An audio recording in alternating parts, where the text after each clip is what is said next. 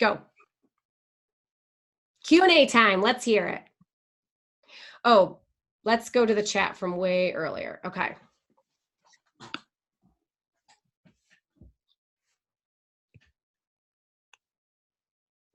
Betty says, I love what breakthrough are you hoping to get from this? Okay. When you have lessons with your clients, so you do that similarly to how you train us. Wait, when you have lessons with your clients. Okay, Betty, I'm sorry, I don't understand the question as it's typed. Where are you? There you are. I'm here. Hi, okay. Hi. So I guess in a way you kind of broke down. I asked that question before you got to this last part. But I was wondering if you do like a presentation with the different educational pieces, and then give them an opportunity to do some Q&A or action, or some sort of action-oriented activity behind it to see if they're understanding the skill. But I think the way you just kind of broke it down, I was just wondering how you present the new concepts to the client. Yeah, and if you watch some of the videos of the examples that of like the tutorial videos with the handouts, I think it might give you a bit more clarity on like every exercise is different, if I'm being honest. So I'm not a big PowerPoint person, as you probably could tell. So I'm not one to like do a PowerPoint with somebody. But I would say when I'm educating in that phase of things, I'm also asking questions and there's a discussion happening. It is not just education as far as like teaching or lecturing. Does that make sense? Yes. So I'll say something and I'll say, tell me if that's resonating with you, or tell me what you think of that kind of thing. Does that make sense? Yes, that makes sense. Okay. And then like there's an act, and it really kind of depends on the length of the material. So if it takes a while, we might not even get to an action part of the meeting or part of that content in the same meeting. And so I'll say, you know, over the next week or before you come in for your next session, you know, think about this and let me know what questions come up for you. Or you know, research this a bit more and see if anything else comes up that you might have questions on or something like that. Does that make sense? Yes, that makes sense. And then there's times where, like I said, with one of the examples, the action step is do something between our sessions. So it's like between now and then, I want you to you know, do blank or take this action or reflect on these 5 questions or journal something out or fill out this worksheet or something. And then when you come back in, we're going to talk about it more. And at that time, I'm going to ask questions like, what observations did you have? Or did you learn anything from this exercise? Or tell me what you learned from this exercise. Does that make sense? Yeah, you actually answered my follow-up question, which is what do you do when you have like a lesson that's split between 2 sessions, and you know, how do you merge that? So perfect. Thank you. And great question.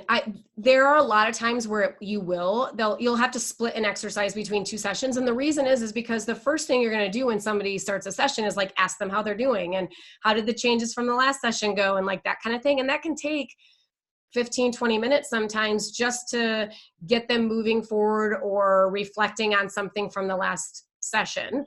And so you might only have 40 minutes if you're doing an hour session to dive into the new material. Other times you only have 30 minutes or 20 minutes, but you don't want it to go wasted either. So I just usually preface it with, I want to start this conversation today, but we're not likely to finish it with the time we have left. So it might feel as if we've left it, you know, unsettled, but we will pick it back up next session. Does that make sense? That's super normal, and you just never know. But I wouldn't be like, okay, well, we don't have enough time, so I'm not. There are ones that are maybe tougher, and you don't want to start it even. Does that make sense? But those are pretty rare, I would say. I like the idea of setting the expectation so that it's not awkward when you have to cut it off. That makes sense. Exactly. Good question. Thank you for clarifying. Google Keep, someone said, is it part of Google Suite? I think Google Keep is free, but so it's part of like the Google Suites, yes, but I don't think it's something that you like a person, you don't need a business account for it. You can have it on your phone. We use it for our grocery list. So Google Keep, It's like I can have a grocery list and Michael can have the grocery list. And if he checks something off because he buys it, it updates it on my phone, which is kind of cool. So then if I go to the store, so it's just a list keeper. Oh, people are answering that question. I'm sorry. Okay. Will the questions from the PowerPoint slides be in any of the handouts? I don't remember if they're in the handouts. I will retype them into a spot in Thinkific. Thank you. You're very welcome. Let's see. Betty says, wow, I just asked that question, the top 3 values at the end of life of myself, and that brought clarity for me, so I can easily see how that would bring clarity for our clients. Yay, I'm so glad. Trenton says, I just did the same thing. Kiara says, certainly an eye-opening question. Joan says, I love this question. God, I wish I was reading this while I was talking. Okay. Jacqueline says, I've done this exercise with clients and I think it's life-changing. That's awesome. Do you verbally go over this worksheet or do they have a copy of it as you are going over it in session? Kara, can you tell me what worksheet you're referring to? Where's Kara on my screen? Is she still on? Kara. I think it was the values worksheet at the time. Yeah, it was the values. I will usually email it to them like right as the session starts. That way they have it. I'm not super great about like sending stuff ahead of time so that they have it when they're ready, or like before the session starts. So if they want to print it or something, I do a lot of virtual appointments. So I will actually have it just like I am with you guys up on my screen so that as I'm talking, they've got something visual to look at. I'll usually say, have a piece of paper in front of you. So if you need to write something down, or if I ask you to journal your thoughts about something, you can. And then when I was in person, when I did in-person sessions, I would print it and hand. They would like when they would come in, I would like I would have one and they would have one right in front of them at my desk. Thank you. You're welcome. I do try not to like scroll past. I try to let them, don't move forward, stay focused, don't cheat, don't look forward, that kind of thing. Kim says the VB example is amazing. Do you do this with every client? Kim, is that the value-based example? Yeah. Where are you, Kim? Yes. Where are you? Oh, there you are. Yep, that's exactly what I was wondering. I do that exercise with every client. In the tutorial videos in Thinkific, I try to go over like, here's when I use this exercise. Here's what a client's experiencing. Here's some of the things they say. That's when I bring this out, it's because of this. Or this isn't something you do with a new client. This is something you're going to want to do with a client that's been with you for 6 months kind of thing. So I try to give that explanation, but the values-based is usually, I would say, in the second month. So the first month is just figuring out where's the money going and putting some good habits in place around how am I managing the ins and outs. And then the second month is challenging what we just discovered.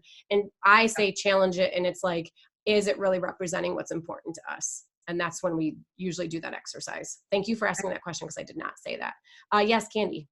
I just want to ask about that. So do you go back and reflect on, like, if they're a long-term client, do you then go back and reflect with them how far they've come or if things have changed or whatever? And do you write that down then? Because if nobody's writing it down, how do you know what it was then? Yeah, so in their budget, we'll usually write it down someplace like 1, 2, 3, and it's 3 words. So it's pretty simple.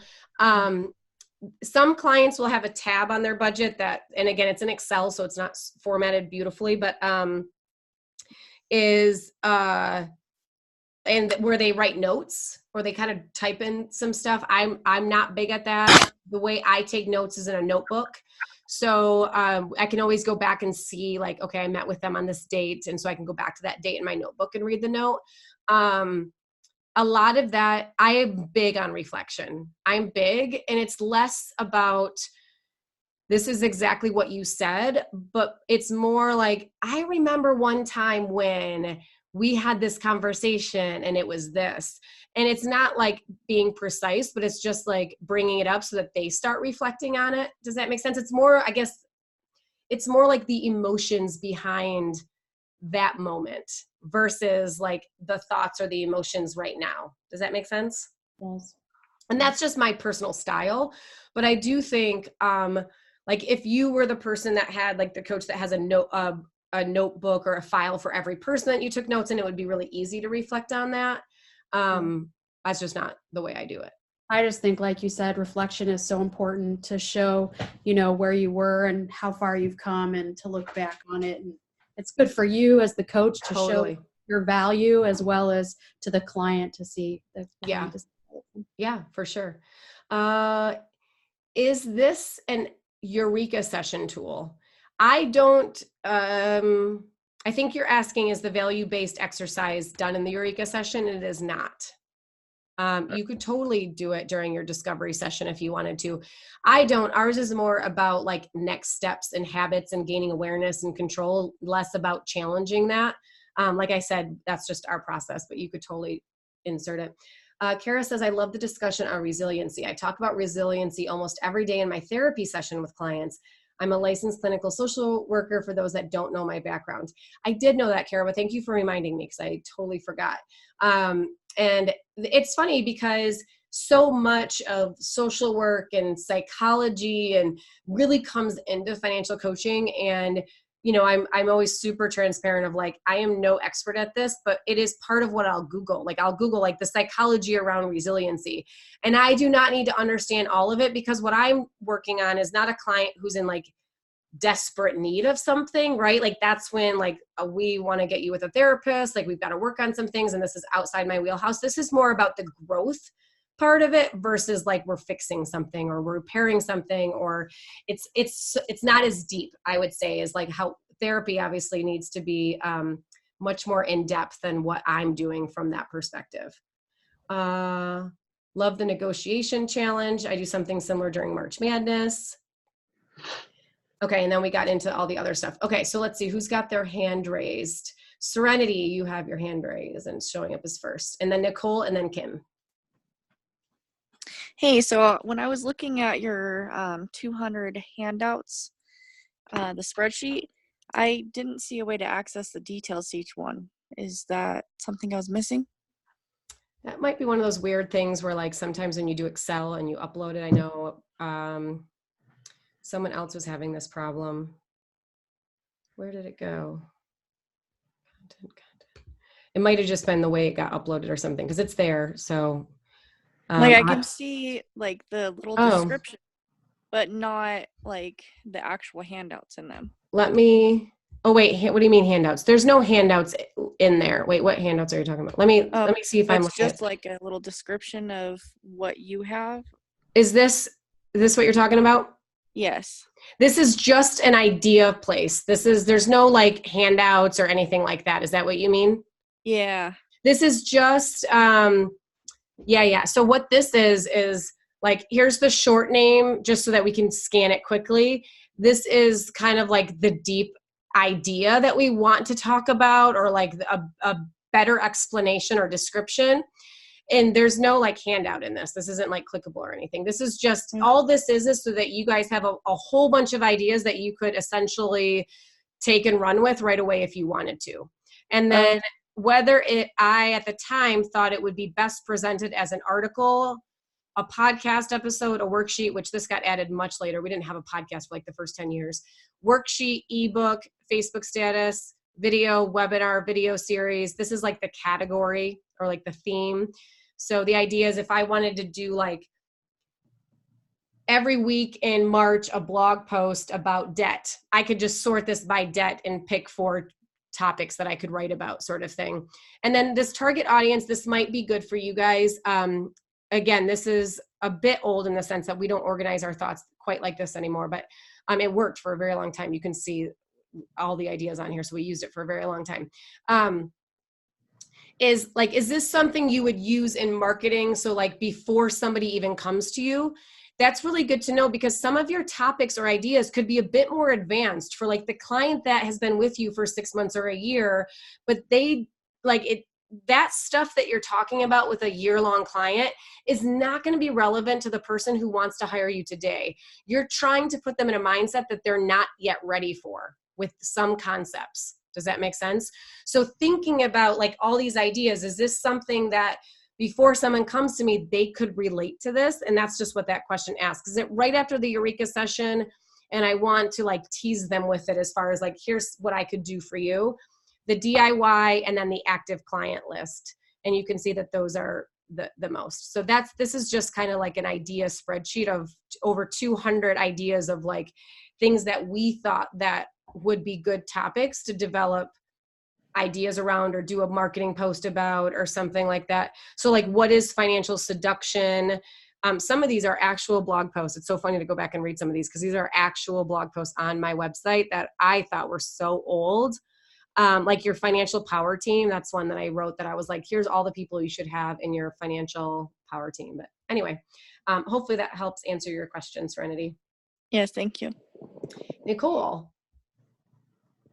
Hi. I just wanted to clarify, like, all this content that you're creating or that we're going to be creating, we're continuously working on this, correct? Like, it's just like a ever growing process that we're doing. We're just creating a bunch of stuff. Okay, so what you're going to do first, thank you for clarifying, is what we're trying to do is get you to design, even if it's 3, 4, 5 exercises to start, that you will likely put every client through, and that will be the foundation of your program after your discovery session.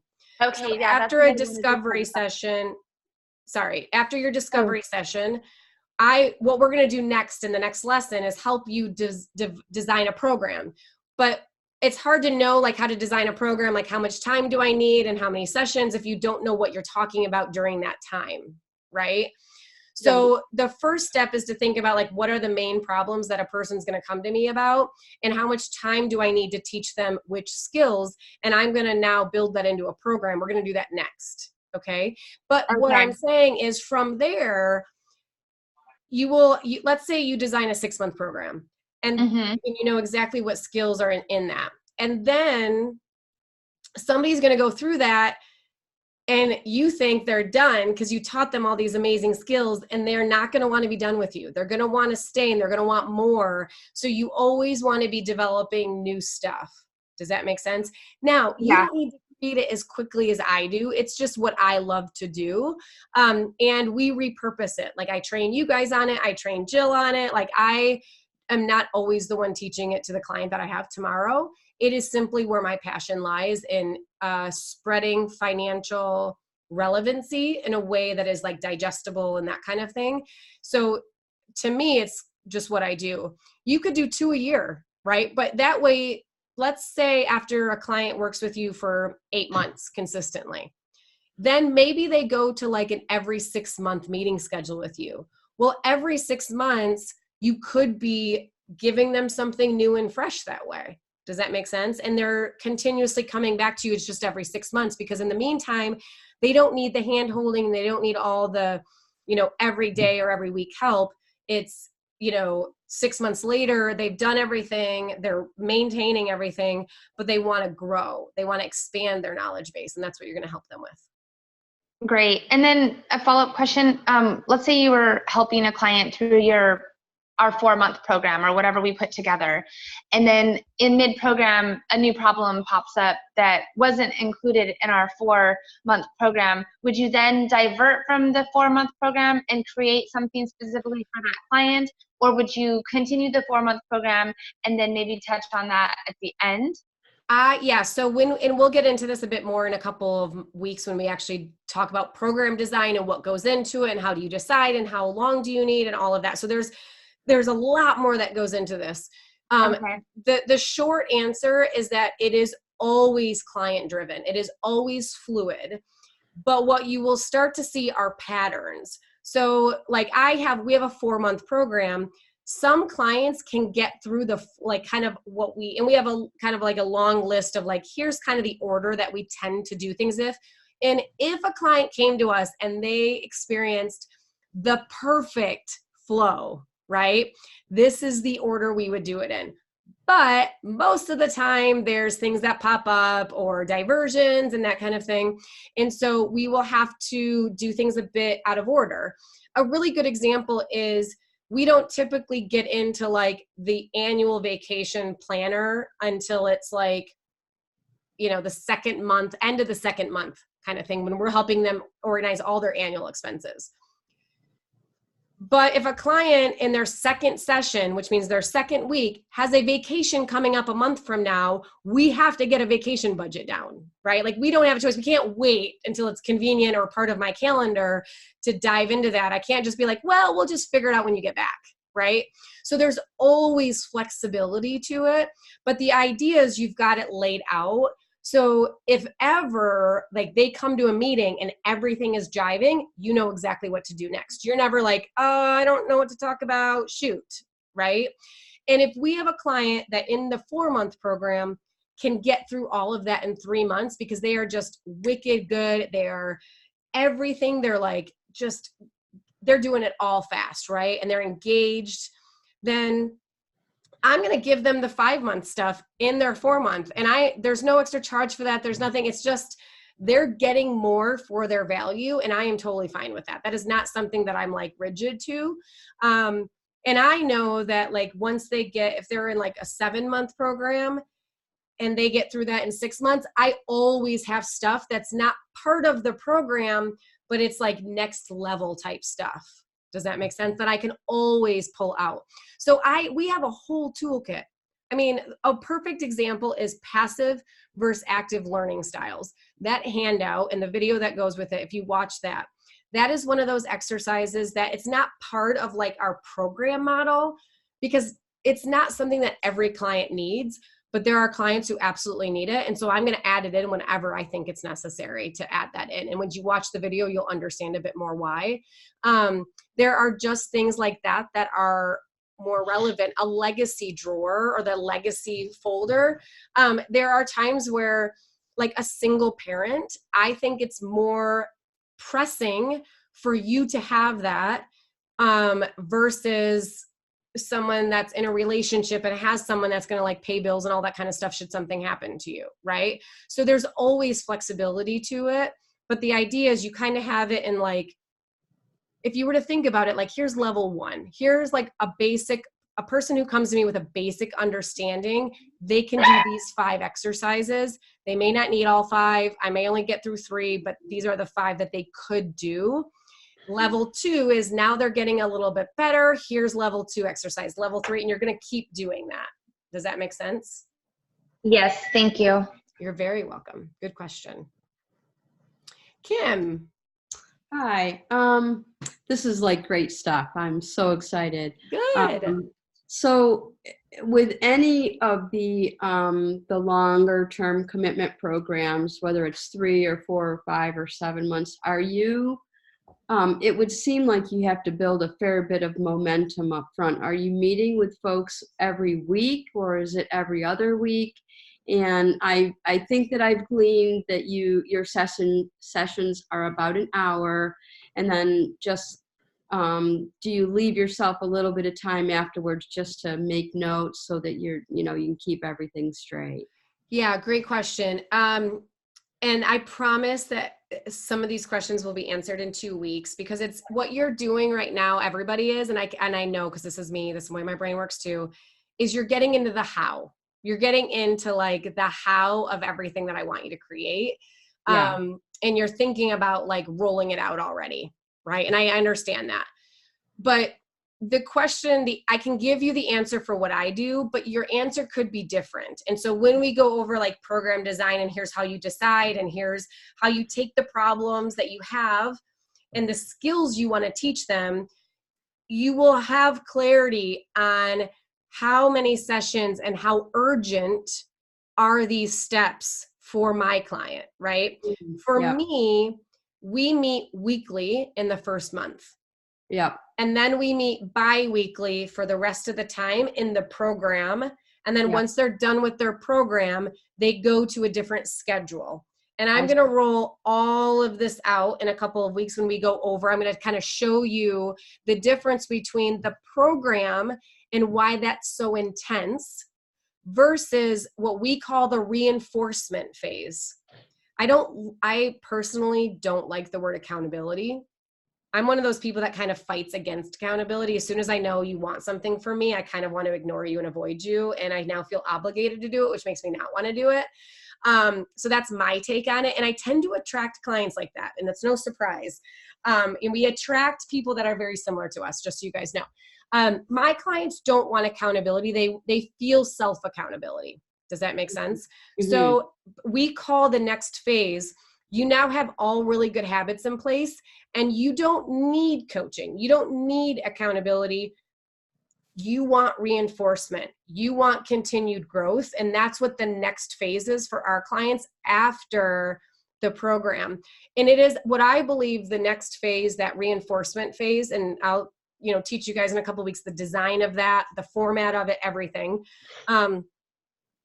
It is that stage that I believe is what is unique to Fiscal Fitness, in the sense that I build a business that at some point I do not need to go out and look for more clients, because the majority of my clients, when I'm attracting the right clients and I'm training them well in the program, go into a reinforcement phase that I don't have clients every single week, but they're all paying monthly to be part of the reinforcement program.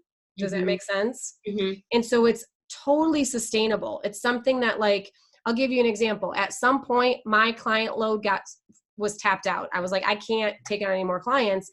So I brought on Jill. We are now at the point, Jill has been with me full time.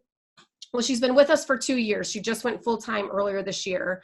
She is now at the point now where her client load she's pretty full. Like, at some point she will not be able to take on new clients, and we will need to bring on another coach in order for all new clients who are attracted to Fiscal Fitness and what we do, because Jill and I now will have our full client list. And to me, we could do that forever and ever and ever. And it's because of the reinforcement phase of what we've built. Yeah. And I'm going to teach you guys how to do that next lesson. Does that make sense? If you hear somebody say that you cannot do coaching like full-time long-term because it'll never work, I promise you, I prove that wrong on a regular basis. I now prove it wrong for Jill because she's doing it. And it just ticks me off so bad because it's such a limited belief that they're spreading. Does that make sense? So I'm going to teach you guys how to do it because it is possible. Okay. Not to say it's easy. It takes a lot to get to that point, but you can get to that point. Okay. Yeah. Thank you. You're welcome. Betty says, how do you decide what lessons or skills to discuss in your public Facebook groups, pages, and what to keep only for your paid clients? Ooh, such a good question. I don't have a formula, and I don't even know that I have like a very articulate answer. I will say that I tend to be more giving than anything. So I believe that if I show all of the best and give all of the best, there will still be a number of people that think I can't do that myself, right? Like, if I give all the answers, what I've done to somebody is the people who want to do it on their own and feel that they can do it on their own are likely the people that wouldn't pay for a coach anyway, because they wouldn't see the value in it. And by being so giving and by being so like showing some of our best work, I believe that the people who want more of it will see the benefit in paying for more of it. And not because I'm limiting what I'm showing them, but because they're like, I want to be part of the process with me. Does that make sense? And I will tell you, if I'm being totally honest, it is that same approach that I do in Financial Coaches Unite. Like, I don't like shy away from giving advice or doing live videos in there. I do less of them now just because we're so busy with the launch that we've got coming up, a new project we're working on. But like, if you go in there, like, the answers to some of the questions that I give are just like I'm answering you guys right now. I don't shy away from being as thorough as possible in what I give. And yet we still sell out the academy every single round, right? And I think you can try to be strategic about it in the sense of, is this really something where if I just posted this as like in a post, like written with a handout, would it really make sense to somebody anyway, right? Or do I need to do a training video and all of that? And I would say one way to simply be strategic about it is say, I'm going to do one video a month, or I'm going to do an Ask Me Anything once a month or something like that. Because if you do that, there's still no way that you will ever get through everything that you have, right? And so there's still so much more that you can do for people, and nothing can ever remove what you do when you are responding to a client who's sitting in front of you as you are doing the exercise with them, right? It's so powerful for clients to talk through scenarios and talk through thoughts and do that part of the journey. They will always get better results than someone who's trying to do it themselves and think through it on their own without talking it out with an expert. Okay. So that's my take on it, Betty. I hope that's not a very good answer. I'm really sorry. No, it really was a great answer, because I've actually heard that thought process before, that people still want the help. Like they can watch a YouTube video, but they still don't know how to do it for themselves. And so there's really no risk at giving away the information. But I just didn't know if that works with this, and how your clients who see that they paid for content, but they see you giving it away for free, if they feel some kind of way about it. I didn't know if that was something that was kind of probably my bigger concern. You know why it's different is because like some of the things that I teach, I also talk about on my podcast, which is the Fiscal Fitness Podcast you guys probably have heard of. And it's like the same concepts, the same lessons that I teach one-on-one with a client, I will teach on a podcast. The difference is there's no discussion or conversation. It's here's questions to ask yourself. Here's things to think about. Here's some steps you can take. Does that make sense? There's no accountability. Doesn't have to be follow through. There's no talking through it and brainstorming and that kind of thing that's happening. And I actually believe, and I'm actually just kind of coming to this awareness as I'm answering your question, Betty. It's funny because if I post something in our client Facebook group and people comment, I believe that the clients can tell by the comment who is a client and who is not. And what I mean by that is there is simply a deeper level of understanding and relevance that a client has to a concept than a non-client. Does that make sense?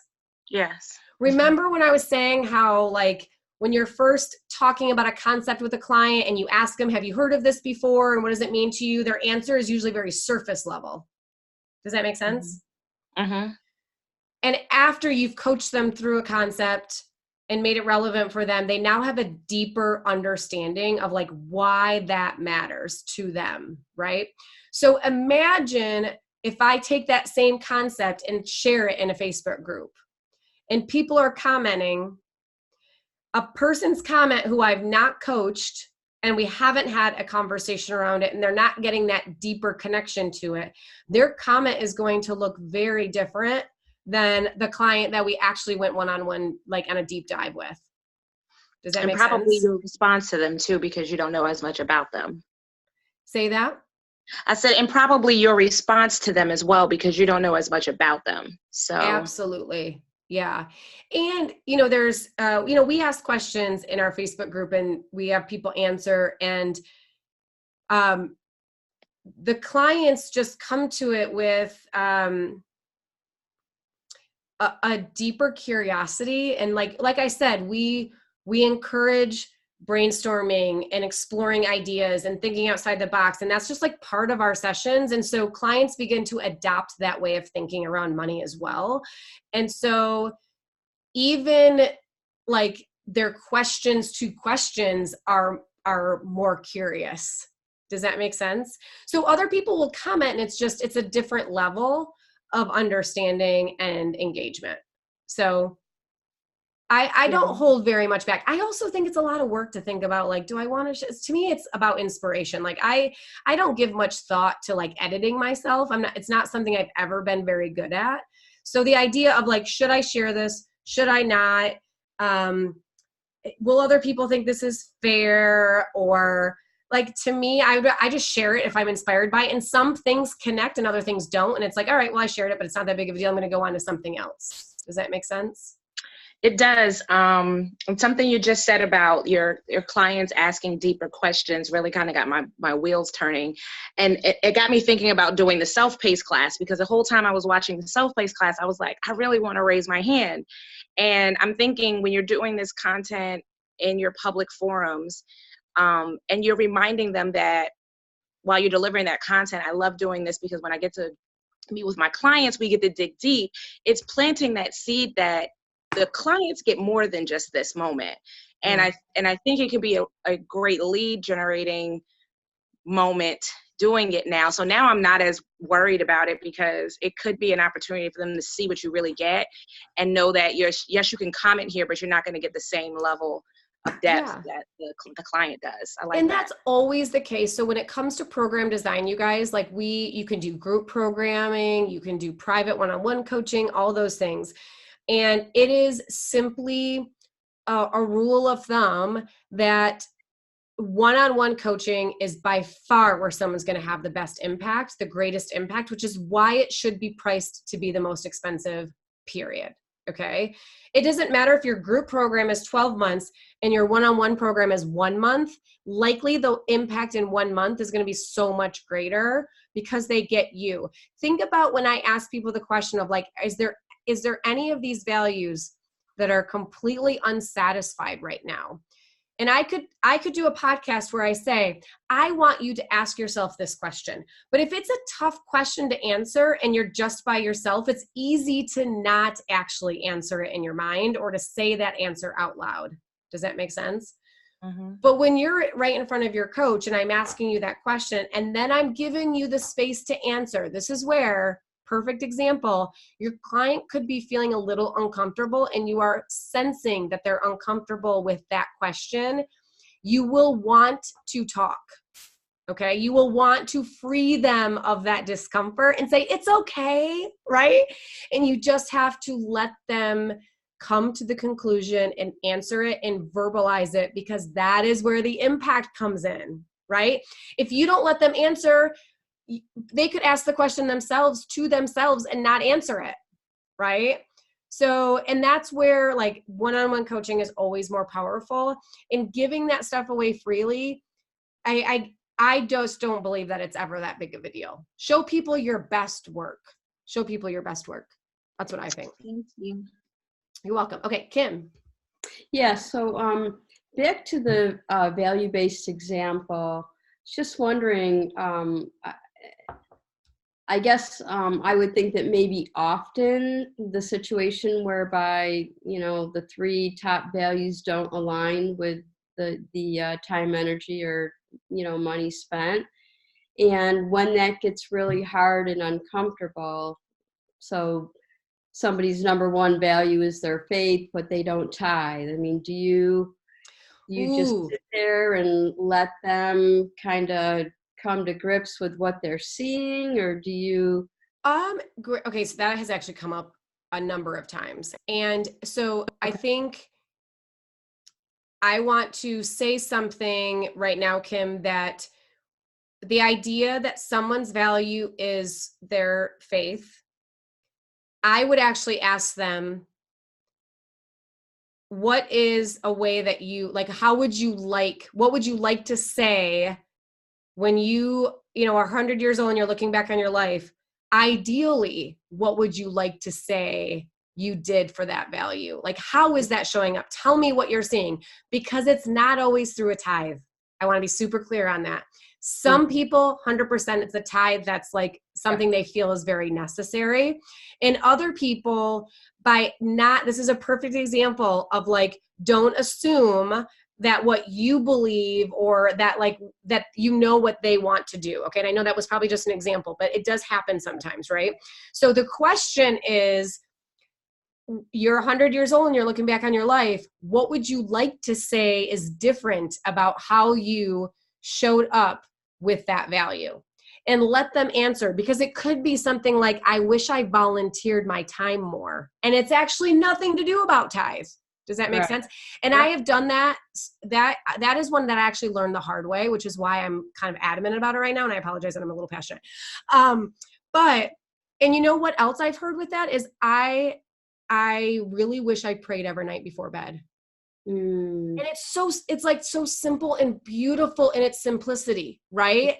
It's Yeah. not like I want to find 10% of my income somehow. So, and for some people, they will absolutely say, I feel badly that I don't tithe, and I think it's important. I think it's something that I should be doing. I should want to do it, and I want to find a way. And my answer is, can we start by finding 1%? yeah. Yeah. Right. So it's Yep. just like, we can't figure it out today. That's not something that, like, there's no magic pill. There's no like magic formula that I'll immediately find 10% more money. Can we start with 1%? If that's something important to you, would that make you feel as if you've got progress in this way? And then we can come back to this and find 2%. And oftentimes when they are in debt or whatever their current goal is, and they say, you know, and how does your current goal support your values? That tithe one is a big one, because they say, as soon as I'm out of debt, I'm going to be able to tithe. And I know there's beliefs in here, and for a lot of people, that like you tithe no matter what. And I'm not disputing, I'm not saying one is right and one is wrong. This is for your clients to decide, okay? For some people at that moment, getting out of debt and knowing that when they do, they can then tithe is the motivation that they then needed. Does that make sense? And you just help them discover it. Yeah. Okay. So asking the question of like, and what does that look like? What does supporting your faith on a consistent basis look like to you is really important. Yeah. Okay. Okay. So Serenity, this is good for you. And you had commented, for me, tithe is walking in obedience, but serving others in the moment. That's where I feel personally with faith. Like, it's so hard, you guys, to have your own belief system and have to not bring that in, but yet also know when to honor it, because like your ideal client should connect with you. And what I mean by this, I think this is the difference that I want to make sure I'm really portraying here. Serenity, your clients should not judge you and do not doubt you, and honor and respect your choice to tithe in obedience. Does that make sense? And yet, even though you believe that you should tithe and that it's walking in obedience to do that, I am going to encourage you to not bring that in to sway them that they should do that wherever they're at. Like, if they believe that, and if they start to believe that through your discussions, that's okay. But it's so hard sometimes to balance those things, right?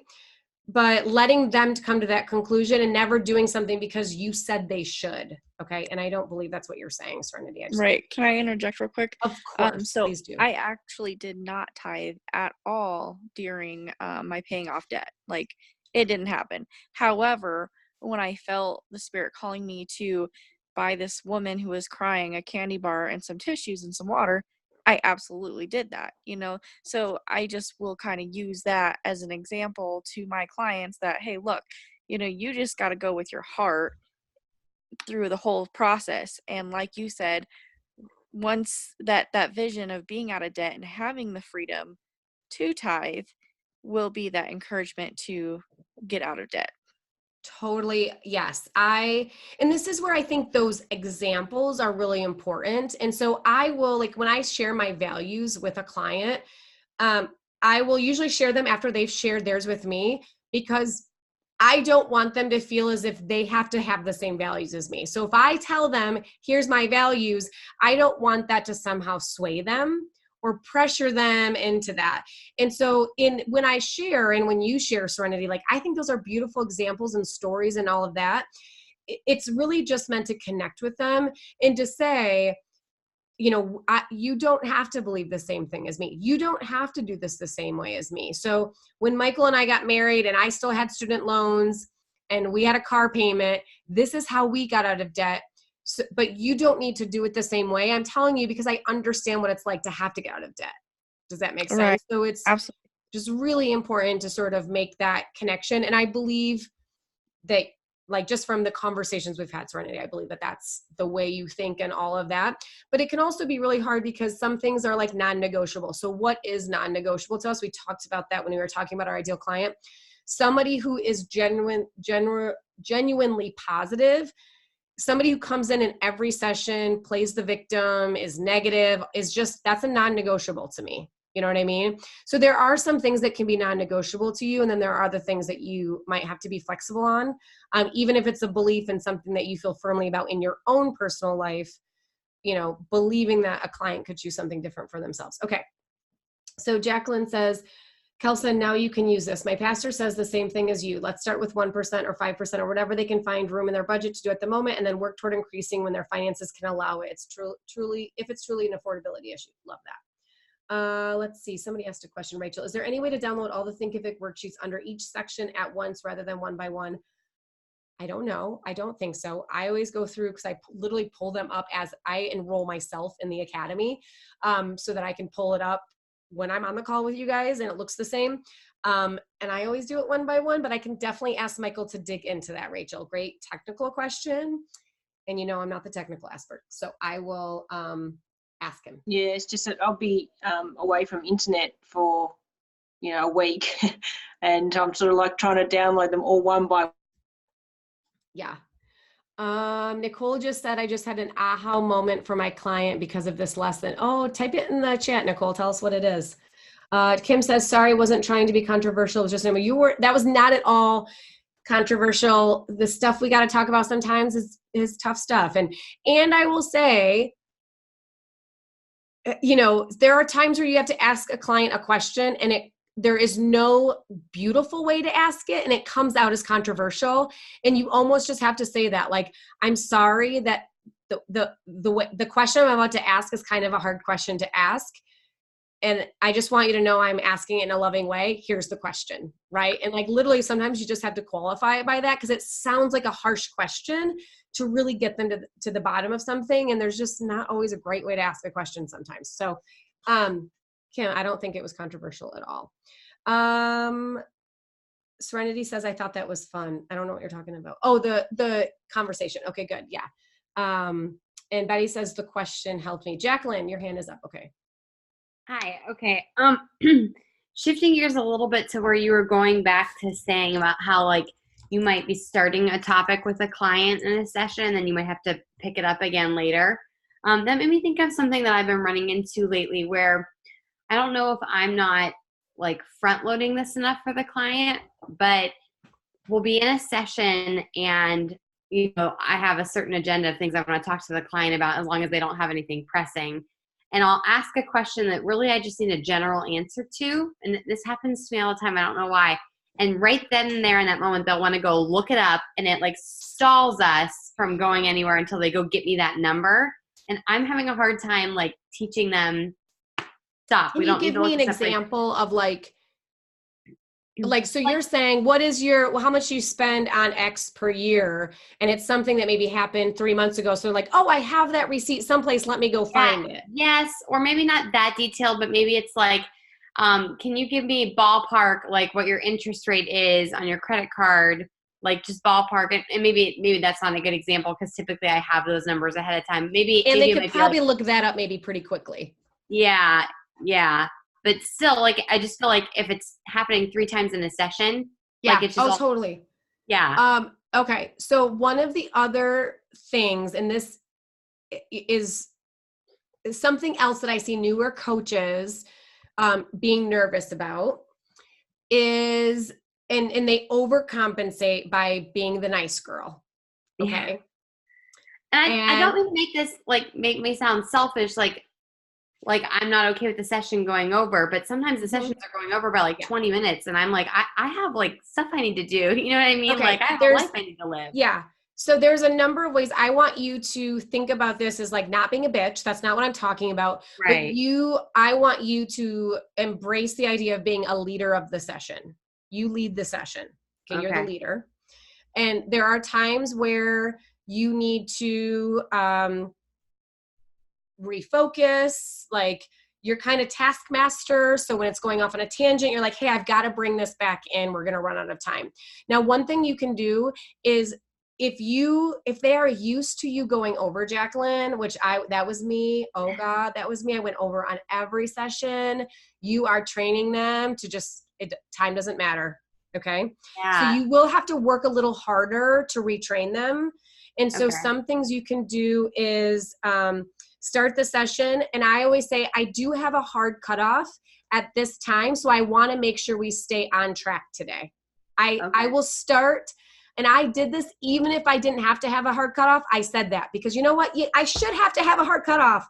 Just because there's not an appointment after me doesn't mean that I should not have that expectation for myself, right? Yeah. So you want to set the tone right away that there's truly an end to the session and it's no longer open-ended. And you will probably have to say that at the start of every session, Jacqueline, for quite a while now. Okay.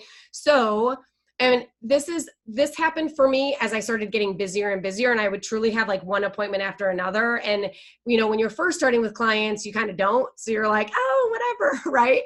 Right. But then after a while, you really do. And you're like, I do have a hard cutoff, or I'm going to be late for my next client. But you don't want to say it in a way that makes them sound as if they're not important, or that the time together is not important. Like, I have somebody else after you just makes it sound as if like I've got a better place to be. And that's not what we're going for. Right. So I like to say I have a hard cutoff at this time. So I really want to make sure we stay on track today.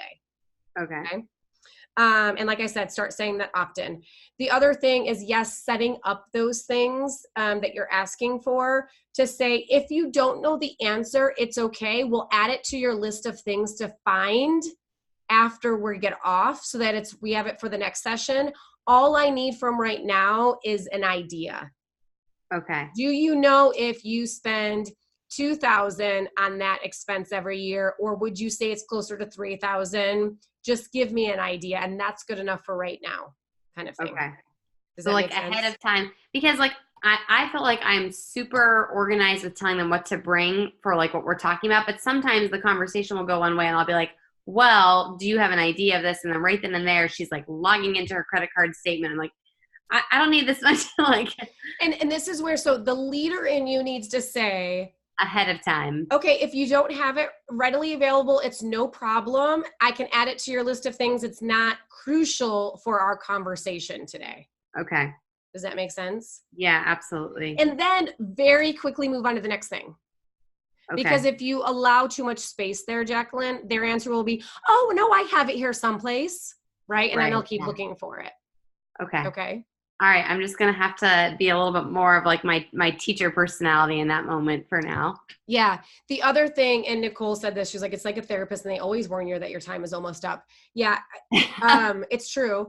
And I would say that, kind of saying that, like, so we've got 15 minutes and a lot to go over. So I want to make sure we get through as much as possible in the next 15 minutes. Does that make sense? That's kind of the way I phrase it. Okay. Thank you.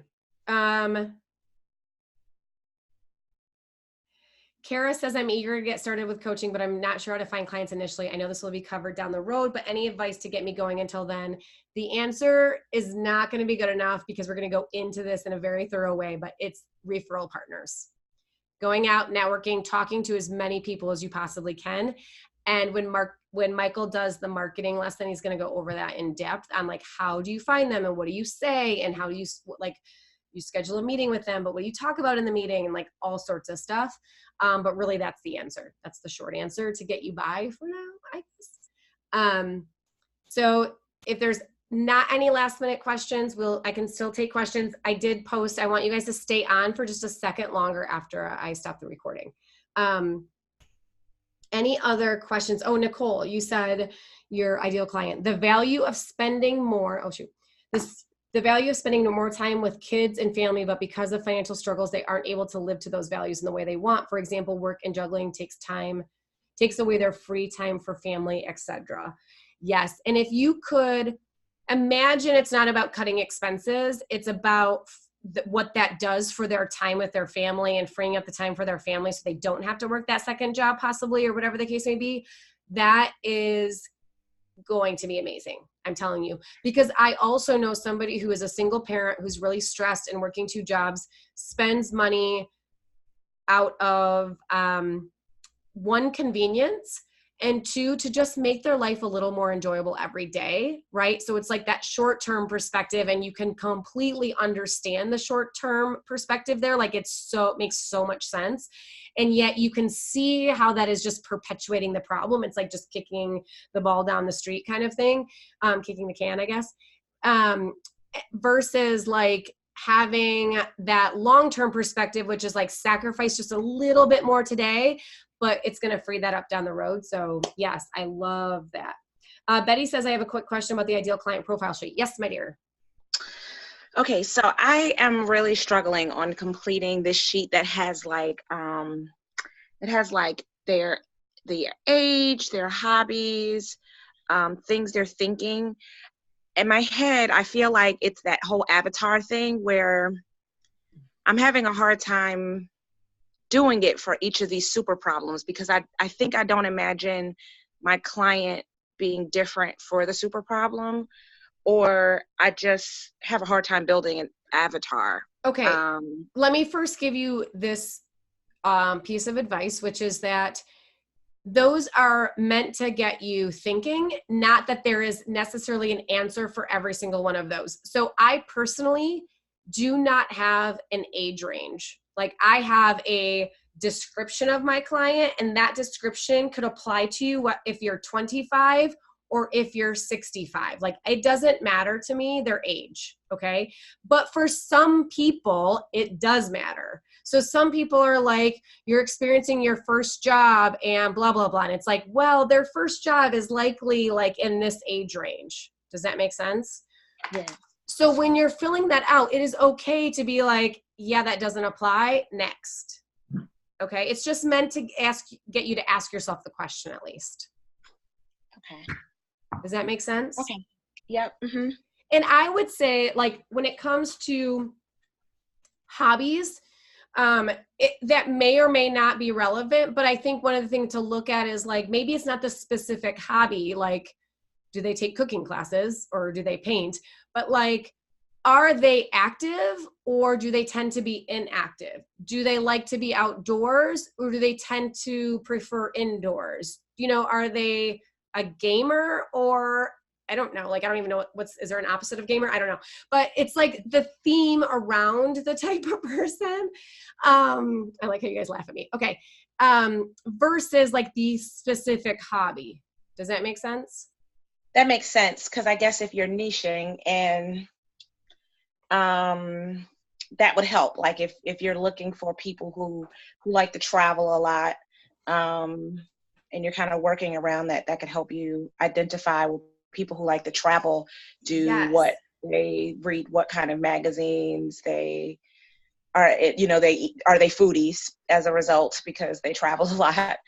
Exactly. I understand what you're saying. And Yeah, I would that say, makes like, sense. for me, we always say that our clients are active people. They take care of their health through activity, but that activity could be CrossFit, or it could be going outdoors hiking, or it could be mountain biking, or it could be going for a walk, but they tend to have a focus on that. Or if they're not currently, they're kind of like feeling badly about that. They're like, oh, I got to get back to doing my morning walks, or I used to run all the time and I really missed it and I just haven't had time. Does that make sense? But they tend to have that active mindset of enjoying being active. And so it doesn't matter the specific activity necessarily for us.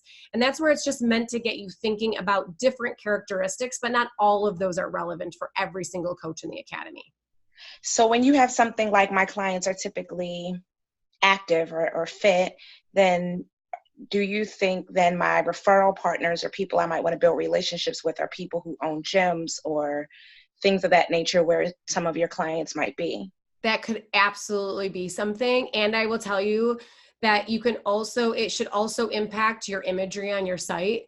So like, I'm going to show a person being active on my site. Or if you notice, like the person on our image is like out hiking. And one, it's like an Arizona background. It's like the desert landscape, but it's also just a person outdoors, because our client would connect with that.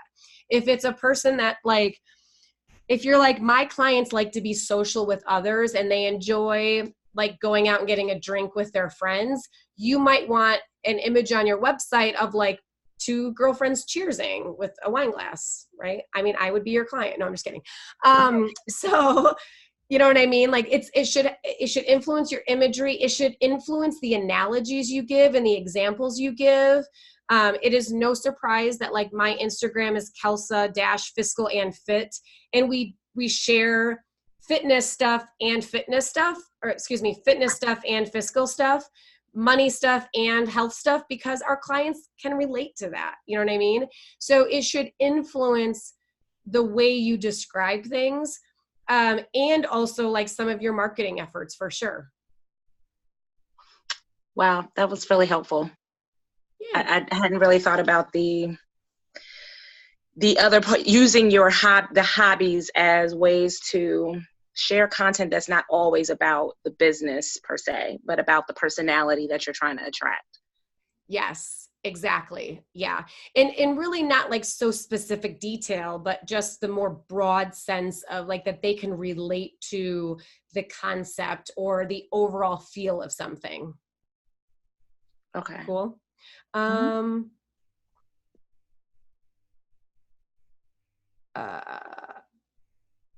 Nicole says, I am talking to people for now, but do you do an actual launch? I don't know what that question means, Nicole. I'm sorry. Can you clarify? Well, I had a comment on my other thing too. So I was thinking that one of the things that I could offer to people, because I have had, like, I built my daycare from the ground up, and I also had my fitness coaching business. I know how to start a business. And one of my things about my ideal client is someone who might have tried entrepreneurship but was or wants to start entrepreneurship but is scared because of fear or financial struggles. So would it be a package that I could offer would be helping somebody to go down that road of entrepreneurship and helping them set up a business? Yeah, or, like, absolutely. general steps that they would have to go through to make this happen if it's a dream that they have. This is, I think, represents a great example of where, like, what someone comes to you with their first initial problem of why they're going to hire you might be different than what you help them with 6 months later. So I would imagine, Nicole, for you, like all the things you've described about your ideal client and where they're at, they're going to come to you with a more immediate crisis type, like not feeling great about their money, like all sorts of things initially. And if you can help them for 6 months, then they now probably feel so much more in control, so much more capable. And then maybe your next conversation is, you know, and you might attract people who have like an entrepreneurial spirit or have ideas, but can't follow through on them for fear of losing a paycheck. And they're so dependent on their paycheck and all of that. And you get them to a good spot, and you have a program where you help them launch or grow a business so that they can eventually leave that job, kind of thing. Does that make sense? Yeah, that's what I was thinking. It wouldn't be like my initial help with them. It would be, Right. yeah, like you said, something in the future. And then to touch on the other comment you read that I was asking about is, so like in a perfect world, I would love to start like really diving into my business right now. But I feel like, well, I have the imposter syndrome for one, but also I feel like, I guess I feel like I have to have this whole thing put together. I mean, I have my one client, my first beta client, that he was my Uber passenger, and he already scheduled his Q&A with me. And so and he knows that I'm just now starting and that I'm walking him through this whole process with me, and he's fine with that. But I feel like if somebody else were to come to me right now, I feel like I'm not prepared. Like I'm still building everything. So my thought was, and if this is like something that you don't think I should follow through with and I should do something different, definitely let me know. I feel like I'm juggling so much right now with my kids' schedules and trying to do the training and get everything together that I was going to just focus on my Uber the rest of the year, build my business, and then launch in January. So I was asking, is there a way to like do that, or should I not do that? I think that's totally fine. I think that you could keep putting the pieces together and all of that, and spend more time on it. I guess what I don't want, I think what it comes down to is the reason why, if I'm being honest. So if your reason why is because it's taking you a bit more time with all of your other obligations, and it might take you a little bit longer and you could get through it all and feel like it's in a better place for a January launch, I support that fully. If it's, I am having imposter syndrome and I don't feel like I could help anybody today with what I know now, the answer is no. Okay, so I guess it's not all imposter syndrome because I'm confident in my skills to help people with their finances because I've done it before. I guess it's more of like I'm a perfectionist and I feel like I need to be completely 100% organized and have everything put together. But it also is really my obligations because right now I'm trying to pay off my own credit card debt by the end of the year, which I'm on track to do. But if I take time away to start coaching people, that means I have to stop doing as much Uber. And that means that I won't hit my targets, my own targets. And so can you be creating some things for the business, doing Uber and your other stuff like in the meantime? So could you be working on this, just not coaching clients while you work on it? Yeah, that's what I mean. Yeah, because I'm thinking not every client, not every coach sees clients in the academy. I should say that. Like some definitely do. And we encourage you to, in the sense of, if there's a conversation or like right before the session, we're going to give you a pep talk. Like we're going to coach you through, like, did you do this? Are you feeling ready? Did you print this off and have it in front of you? Like we're going to give you that guidance, like in the middle of the academy, which is why we encourage it because we're here to help you, but you don't have to, like, you don't have to do it because we want you to. Does that make sense? Yeah, and I was thinking I would focus on, because I created my social media platforms again because I stopped doing social media for a while, and I was thinking that would be my focus, is like really just putting some content out there and trying to build a little bit of a following and build a connection with some people and kind of go that route. And then in January everybody is really thinking about their New Year's resolutions, thinking about where they ended the year at. And I thought that would be a good time to like really try to. Okay, here's what I'm hearing, and I'm wondering if anyone else is hearing this. I'm going to encourage you to not plan 3 steps out right now, Nicole. Like just take it week by week, do what you can each week. Maybe it ends up happening in December, maybe it's January. I'm going to encourage you to be more fluid with it and do what feels right and just take it week by week.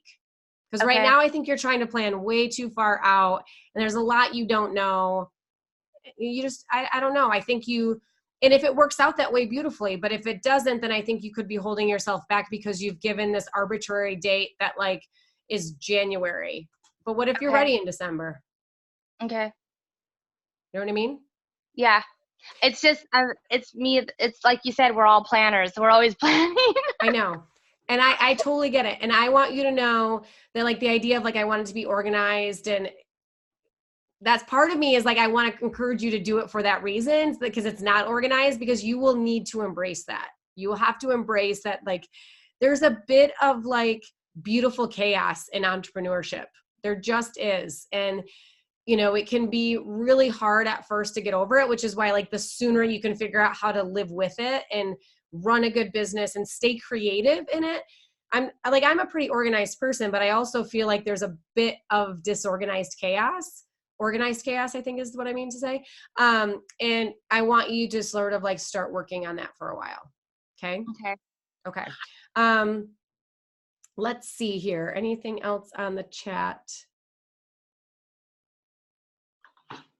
Okay, I don't think so. Crystal says, be open to accepting a client if one shows up. I think that's great. And this is where I think, who was it? Who had a client and they were like, any tips? And I said, embrace what you already know and the skills you already have. Was that Kim? Kim, was that you that had some clients right now? Yes, it's me. Yes. I have two clients right now that I just completed I'm calling it the foundation session. And and I feel sort of lost, but I'm just going to make my way through.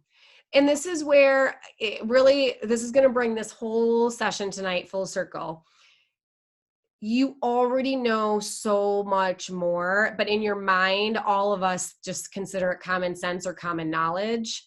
You already have so much to give and that you can add value to their life with. Okay. So as much as I want to be able to give you like all the answers, it would be so overwhelming, and I would do it a disservice because I'd be like, just do this. And I would make it sound simple, and it's not. Like, I really want to make sure we're giving each of these topics enough thorough attention. And I believe that you can help these people with exactly what you know right now. Yeah. Okay. Yep. That Thank sounds good. Good. I'm really proud of you, by the way. Thank you. Okay. I think that's it, you guys. I'm going to go ahead and we're going to end. Thank you so much for the brainstorming that happened. It was awesome and I loved it. I'm so proud of all of you. And I did verify the chat saved, so I will be posting those. We'll probably like type it up so it's a little coherent. And we will share that in the Thinkific and also the Facebook group and stuff. So thank you for an awesome night, you guys.